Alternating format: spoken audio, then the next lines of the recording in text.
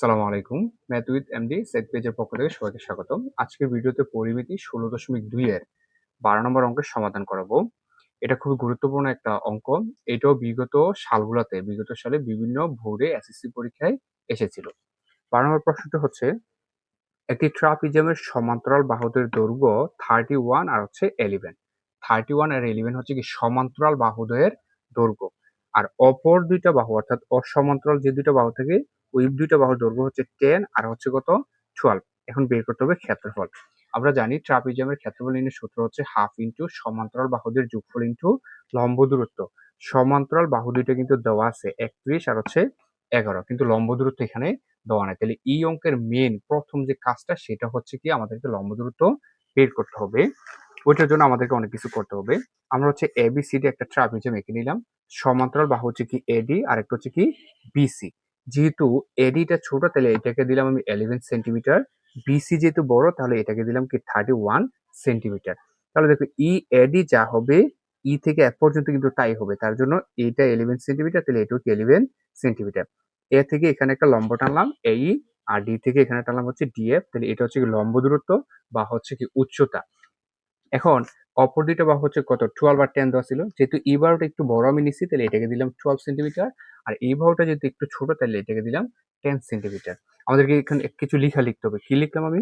যে মনে করি এবিসিডি ট্রাপিজিয়ামের সমান্তরাল বাহুদের দৈর্ঘ্য যথাক্রমে এডি, এই এডি বাহুকে আমি কি ধরলাম এ সমান কত সেন্টিমিটার 11 সেন্টিমিটার। অপর একটা বাহু কি অপর সমান্তরাল বাহুটা কি বিসি না, তাহলে বিসিটাকে আমি কি ধরলাম বি ইকুয়াল হচ্ছে কি 11 সেন্টিমিটার। এবং অপর বাহুদের দৈর্ঘ্য যথাক্রমে এবি, এবি হচ্ছে কি 12 সেন্টিমিটার, আর একটা হলো কি সিডি সেটা হচ্ছে কি 10 সেন্টিমিটার। এখন ই এডি যা হবে ই থেকে এ পর্যন্ত তো তাই হবে, তাই না? তাহলে আমি কি লিখলাম এডি ইকুয়াল ইএফ ইকুয়াল হচ্ছে কি 11 সেন্টিমিটার। আর লম্ব দূরত্ব কি এই সমান সমান কি ডিএফ, এটাকে আমি কি ধরে নিলাম এইচ ধরে নিলাম। তাহলে আমি এখানে লিখতে পারি এটা এইচ। ঠিক আছে, তারপর হচ্ছে আমি এই বি থেকে সি পর্যন্ত এই অংশটাকে ধরে নিলাম, যে ধরি বি থেকে সি পর্যন্ত হচ্ছে এক্স সেন্টিমিটার। তাহলে আমি এখানে লিখলাম এক্স এক্স সেন্টিমিটার। তাহলে সিএফ কি হবে? এই সিএফ মানে কি সিএফ হচ্ছে টোটাল বিসি থেকে বিএফ মাইনাস করতে হবে না? তাহলে আমি কি লিখলাম CF equal BC minus BF. BC BC মানে কি এই যে এটা কত 31 সেন্টিমিটার মাইনাস বিএফ, এই যে বি থেকে এফ পর্যন্ত মানে কি বিই যোগ হচ্ছে ইএফ। তাহলে বিই প্লাস হচ্ছে কি ইএফ। বিএফ এর ভ্যালু কত? বিই এর ভ্যালু হচ্ছে কত এক্স, এটাকে আমরা ধরে নিয়েছিলাম।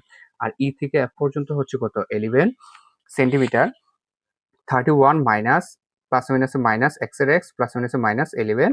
31 থেকে 11 গেলে আর থাকে কত 20, আর এখানে হচ্ছে এক্স, তার মানে 20 মাইনাস এক্স সেন্টিমিটার হচ্ছে কার মান ই সিএফ এর মান। তাহলে আমরা এটা এখানে লিখে দিতে পারি 20 মাইনাস কত এক্স, 20 মাইনাস এক্স। এখন কি করব এইচ এর মানটা কিভাবে বের করব?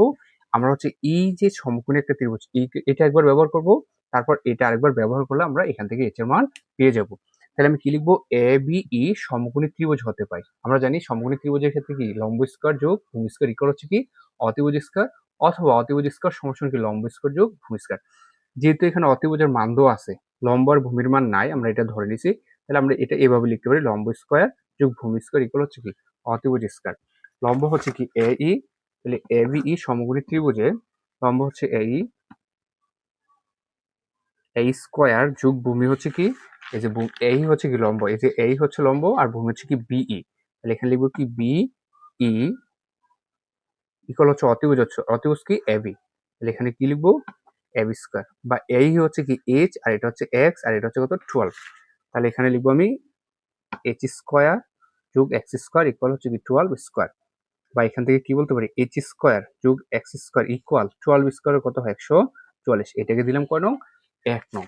এখন আমরা কি করব, এখন ই সিডিএফ সমকোণী ত্রিভুজে আবার পিথাগোরাসের উপপাদ্যটা ব্যবহার করব।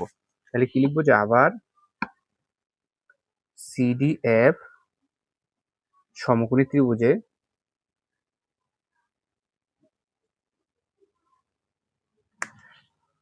তাহলে এখানে কি লম্ব কোনটা এই যে ডিএফ না, লম্ব হচ্ছে কি ডিএফ, এই যে লম্ব হচ্ছে কি ডিএফ। তাহলে লম্ব স্কয়ার যোগ হচ্ছে কি ভূমি, ভূমি মানে কোনটা সিএফ না, সি এফ স্কয়ার ইকুয়াল হচ্ছে কি অতিভুজ হচ্ছে কি সিডি। তাহলে ডিএফ এর ভ্যালু হচ্ছে কি আমরা এটাকে এইচ ধরছি এইচ স্কয়ার। সিএফ এই যে সিএফ এর মান কিন্তু বের করছি, সিএফ এর মান বের করছিলাম এই যে একটু আগেই। এই যে সিএফ এর মান বের করছি কত 20 মাইনাস এক্স।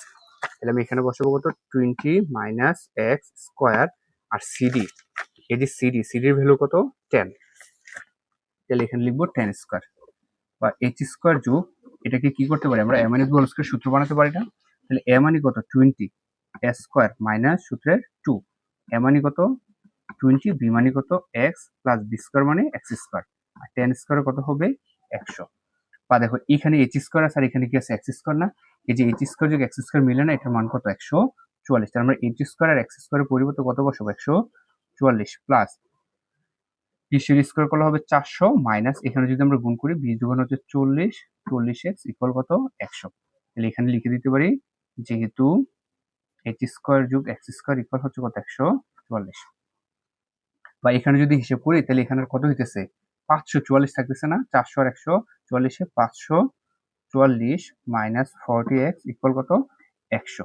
এখন আমরা কি করতে পারি, এখান থেকে তো এক্স এর মান বের করবো, যেহেতু 40x টা মাইনাসে তাহলে আমি ওইটাকে ওইদিকে নিয়ে নিই আর 100 কে এদিকে নিয়ে আসি, 544 মাইনাসের 100 আর প্লাসের কত হলো 40x, তাহলে এখানে কত থাকে 444 ইকুয়াল হচ্ছে কত 40x, বা x ইকুয়াল কি হবে 40 দ্বারা এটাকে ভাগ করতে হবে না, তাহলে 444 কে যদি 40 দ্বারা ভাগ করি তাহলে কত পাচ্ছি, 444 কে 40 দ্বারা ভাগ করে পাচ্ছি 11.1, এই যে 11.1 পাচ্ছি। তাহলে x ইকুয়াল কত পাচ্ছি 11.1। তাহলে এই x এর মান আমরা বের করলাম, কিন্তু আমাদেরকে দরকার h এর মান বের করতে হবে, তাই না? x এর মান যদি আমি 1 নং বসিয়ে দিই তাহলে কার মান পেয়ে যাবো, h এর মান পেয়ে যাবো, তারপর আমরা সহজেই ক্ষেত্রফল নির্ণয় করতে পারবো। তাহলে কি লিখবো, x ইকুয়াল 11.1 1 নং সমীকরণে বসিয়ে পাই, 1 নং সমীকরণে বসিয়ে পাই। 1 নং সমীকরণটা কি, h স্কোয়ার যোগ কি x স্কোয়ার, x এর মান কত 11.1, তাহলে x এর জায়গায় কত বসাবো 11.1 স্কোয়ার ইকুয়াল কত 144, তাহলে এখানে কি লিখবো 144, বা h স্কোয়ার প্লাস 11.1 এর যদি স্কোয়ার করি তাহলে কত পাবো, পাচ্ছি হচ্ছে 123.21, 123.21 ইকুয়াল হচ্ছে কত 144, বা h স্কোয়ার ইকুয়াল 144 মাইনাস 123.21, বা 144 থেকে 123.21 মাইনাস করলে 144 মাইনাস হচ্ছে কত 123.21, তাহলে আর এখানে পাচ্ছি কত 20.79। এখন এই স্কোয়ার বাদ দেওয়ার জন্য আমাদের কি করতে হবে, ওই পাশে রোড করতে হবে, তাহলে h ইকুয়াল 20 এটাকে যদি রোড করি তাহলে কত পাচ্ছি, রোড করলে পাচ্ছি 4.559, তার মানে 4.56 লিখতে পারবো, 4.56, তার মানে h এর মান পেয়ে গেছি 4.56। এখন হচ্ছে আমরা ABCD ট্রাপিজিয়ামের ক্ষেত্রফল বের করব। ABCD ট্রাপিজিয়ামের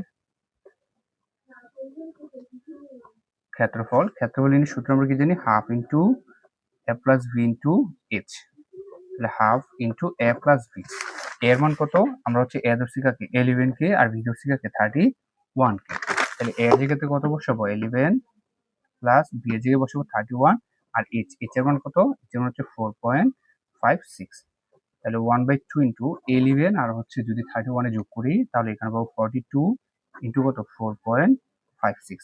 এখন আমরা কি করতে পারি, 2 দিয়ে যদি এটাকে ভাগ করি তাহলে পাচ্ছি 21 আর 4.56 যোগ করবো, 21 ইন্টু 4.56, তাহলে এখানে কত পাচ্ছি 95.76 এত বর্গ